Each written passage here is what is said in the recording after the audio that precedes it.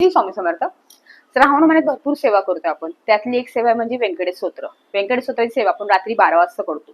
कोण 3 दिवसाची करतो, कोण 21 दिवसाची करतो, कोण 41 दिवसाची करतो. एवढी 41 दिवसाची सेवा करायला आपल्याला जमत नाही, मग आपण 3 दिवसाची नक्की करतो. 3 दिवसाची सेवा कशी करायची? 3 दिवसाची सुमार सेवा रात्रीची 12 वाजता करायची. एक मंडल वाचायचं. एक मंडल म्हणजे 21 वेळा वाचायचंय तुम्हाला. ती कशी करायची? त्याचे नियम काय आहेत? नियम म्हणजे पहिले नियम म्हणजे काय, तर तुम्हाला ब्रह्मचर्य पाळणे पूर्णपणे, तुम्हाला मांसाहार वर्ज्य आणि परान्न पूर्णपणे वर्ज्य. म्हणजे कोणाच्या पूजेचं वगैरे तुम्हाला खायचं नाहीये. पूजेला गेला तरी खायचं नाही, म्हणजे परान्न पूर्णपणे वर्ज्य. तुम्हाला पूजा कशी करायची, त्याची मांडणी कशी करायची? मांडणी करताना तुम्हाला एक चौरंग मांडायचा. चौरंग लाल पिवळा कोणते अस्त्र टाका तुम्ही. त्याच्या बाळकृष्णाची मूर्ती ठेवा. घीचा शुद्ध गायचे घीचा दिवा लावा. नसेल तर तिळाच्या तेलाचा लावला तरी चालेल.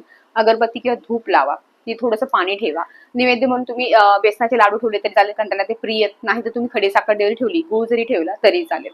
ते नैवेद्य म्हणून ठेवा. त्यांना हळद कुंकू अक्षता व्हा. त्यांना तुळस खूप प्रिय, म्हणून तुळस तुम्ही व्हा. ह्या ठिकाणी तुम्हाला सिंपल मांडणी करायची. स्वामीची बाळकृष्णाची मूर्ती नसेल तर विठ्ठलाची ठेवा. स्वामींची मूर्ती ठेवा. ते किंवा स्वामींचा फोटो ठेवला तरी चालेल. ते सगळं ठेवा. किंवा रामाची मूर्ती असेल ती ठेवली तर रामाचा फोटो ठेवला तरी चालेल. अशा तुम्हाला मांडणी करायची. खाली बसायला तुम्ही निळं अस्त्र घ्या. निळ नसेल तर लाल पिवळं घ्या, पण काळं घ्यायचं नाहीये. तुम्हाला रात्री 12 वाजताच स्वच्छ आंघोळ केली तर खूप उत्तम राहील. नाही स्वच्छ हातपाय धुवा. स्वच्छ कपडे घाला. काळी वस्त्र परिधान फक्त करू नका. बाकी कोणती वस्त्र घातली चालेल, फक्त काळी घालू नका. आणि मॅक्सी वगैरे बसू नका. ड्रेस किंवा साडी असेल तर खूप उत्तम राहील, खूप छान राहील.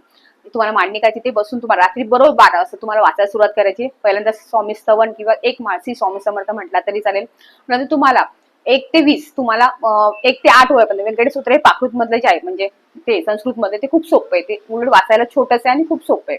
ते 1 ते 8 पण तुम्हाला वाचायचं आहे. आणि 21 वेळे तुम्ही पूर्ण फलश्रुती वाचायचे. अशा पद्धतीने तुम्हाला वाचायचे. मराठीमध्ये आहे, पण मराठीमध्ये 108 ओळ्यांचे खूप मोठे आहे. त्यामुळे तुम्ही संस्कृत मधली वाचत तर खूप छान राहील आणि सोपं आहे. ते पण एकदा वाचायला तुम्ही सुरुवात केली की तुम्हाला सोपं होईल.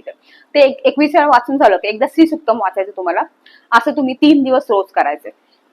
4थ्या दिवशी तुम्हाला काय, सकाळी ती जी मूर्ती आहे ती तुम्हाला जमलंच ते उचलू नका. पण तुम्हाला घरात जागा नसेल, शॉर्ट जागा असेल, तुम्ही उचलून ठेवलं तरी चालेल. आणि दुसऱ्या दिवशी मांडणी परत केली तरी चालेल.